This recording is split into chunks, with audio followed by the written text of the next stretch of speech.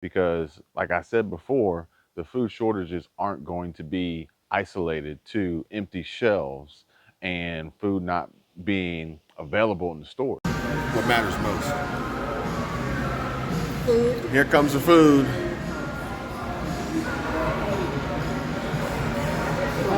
What are you looking for? Experience. I thought it was amazing. I thought it was interesting. Bonus. I'm gonna go with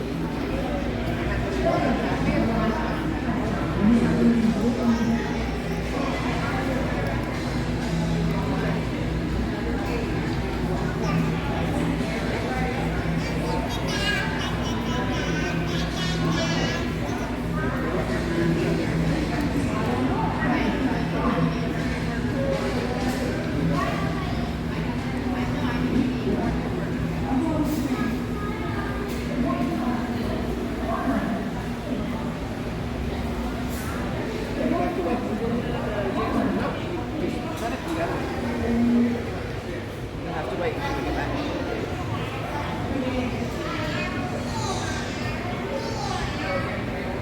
Welcome back, everybody. And today I want to jump right into this. I want to share something with you that I don't know if you picked up on my previous video, and it is something that is very important that we all need to be paying attention to, especially as it relates to the future and particularly these food insecurities, these food shortages, because like I said before, the food shortages aren't going to be isolated to empty shelves and food not being available in the stores. I think that we're also going to see the instances where you can't afford the food. And that's going to be through inflation, that's going to be through price increases, hyperinflation, and various other mechanisms. Jerome Powell has already raised interest rates and guaranteed additional hikes for 2022, with more coming in 2023. And we're already seeing the effects of that, and fuel prices going up, and Russia and Ukraine conflict causing shortages and trickle down effects are already affecting that. But like I said, it's not just the food not being there, it's not being able to afford it. And one of the other ways that people aren't going to be able to afford it is through labor and the struggles that we are going to face with labor, employment, income, salaries, pay scales, whatever you want to call it. And another reason why the labor component is such a big deal is because companies are continuously trying to find new and innovative ways to eliminate the human being, the physical employee. Think about it. Pandemic occurs, 2020, pandemic hits. What happens? Business shuts down, people are forced to shelter in place, they're forced to stay home. Well, fast forward a few months, things open back up a little bit. But businesses need to continue to operate. They need to continue to run. Well, the people aren't really ready to come back to work yet. So, in addition to that, let's just say um, people do want to come back to work, but now they want higher wages, drastically higher wages, more time off, freedom and flexibility to work from home. All things that employers aren't eager, not all employers are eager about giving their employees. For instance, I think the Chick-fil-A near me had a sign out front that it was starting off at like $19 an hour to work at Chick-fil-A.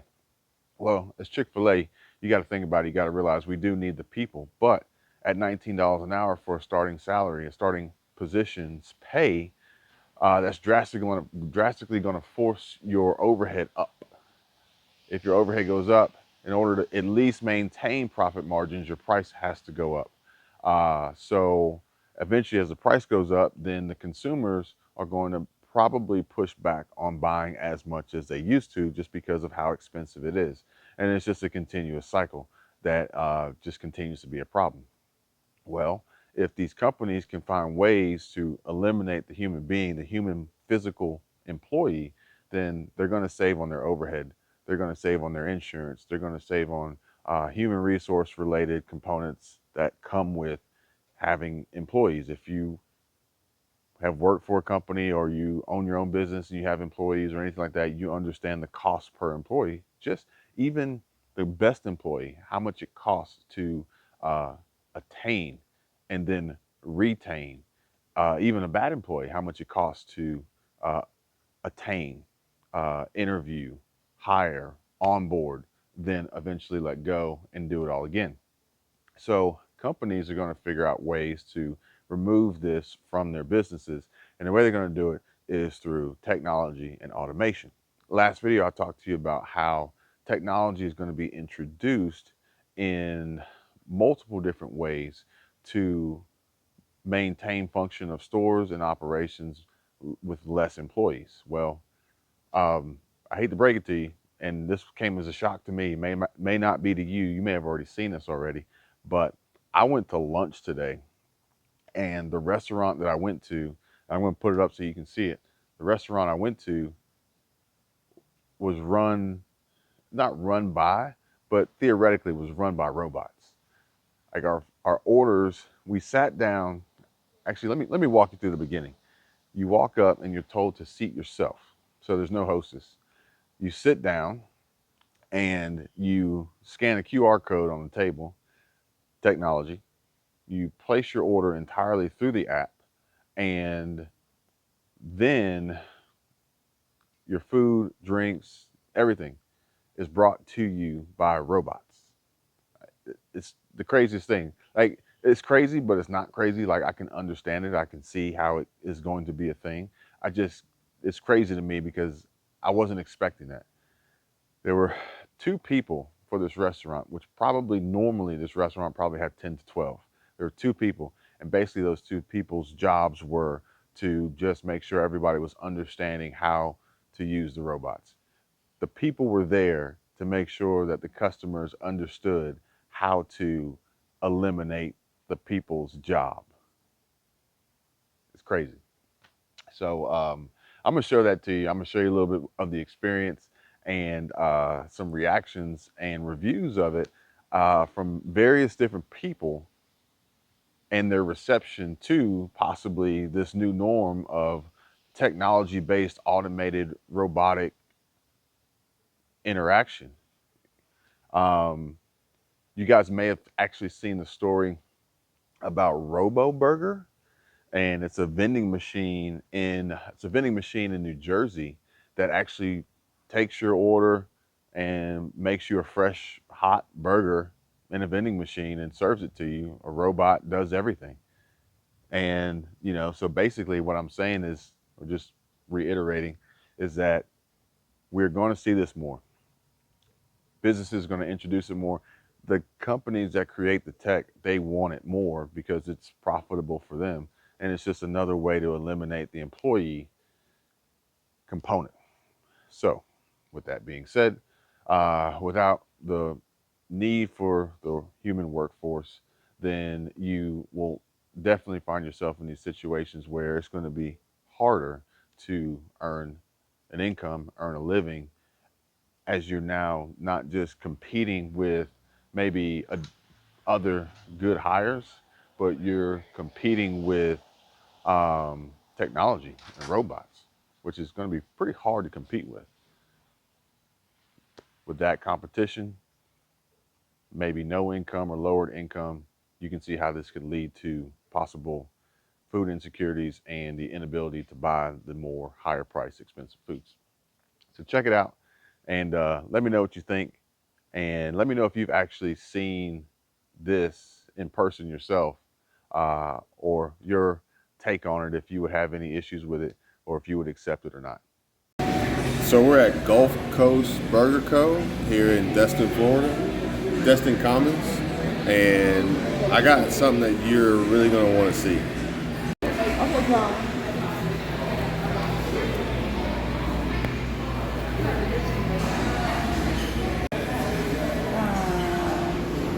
Boneless. I mean, I got it.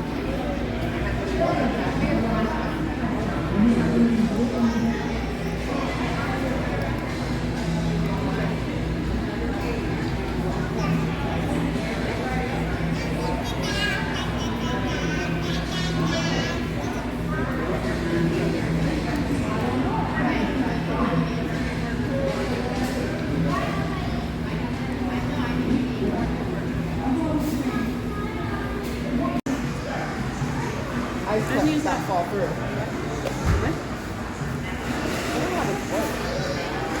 It's not difficult at all. I'm on my way. That's Dad's. That's mine.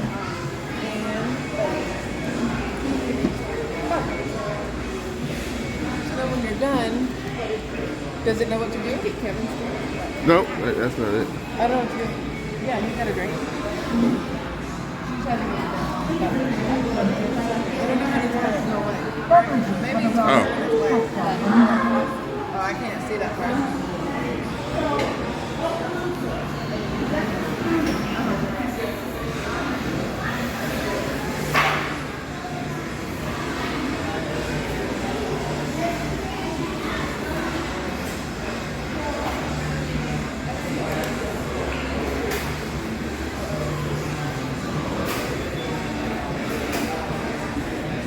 So our food was just delivered by a robot.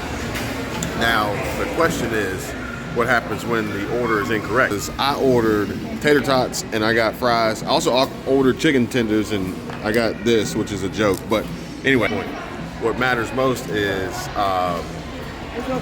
the big picture here is that there's 2 people, actual physical people working here, So his is and the there's one like that tater 4 or tots? 5 robots. Is this really the chicken? And this is our future. Okay. All right, so we just finished eating at Gulf Coast Burger, and we had our food brought to us by robots. And I actually want to get the opinions of those who ate with me about what they thought about getting food service from a robot. It was kind of neat. I don't think I would want that for every single meal possible because I like human interaction and it's easier to ensure everything is correct if you have somebody to talk to versus having to then get up after the robot serves it incorrectly, go find a person, let them know what was going on. It was really neat, like as an experience, but it's not something I would want every time. What do you think about the robot dining experience? I thought it was amazing. I thought it was interesting and fun. Are you looking forward to just working with robots in the future instead of real people? I would like to have a combination, because I still like being around human beings, interacting with them. What'd How about you? How about the younger generation, Generation Z? What'd you think? Get off your phone. Generation Z, Yeah. it was weird because robots who will run you over if you're not paying attention. The food was okay, not the best. They could do better. Do you think robots cook the food? No, people. But I probably want to go back You wouldn't? Wouldn't go back. Because of the robots or because of the food? because of food. We're gonna have to go back. I don't know what she was thinking. The food was awesome, I thought. What do you think about the robots? I like the robot. It's a nice little distraction. It's cute. You're okay with robots instead of people? Yeah, to serve. As long as there's still people around that if you have a problem, you can go to. There's a burger making vending machine in New Jersey called Robo Burger, where the robot makes the burger. Would you do it? Would you try it? I'd try it, yeah.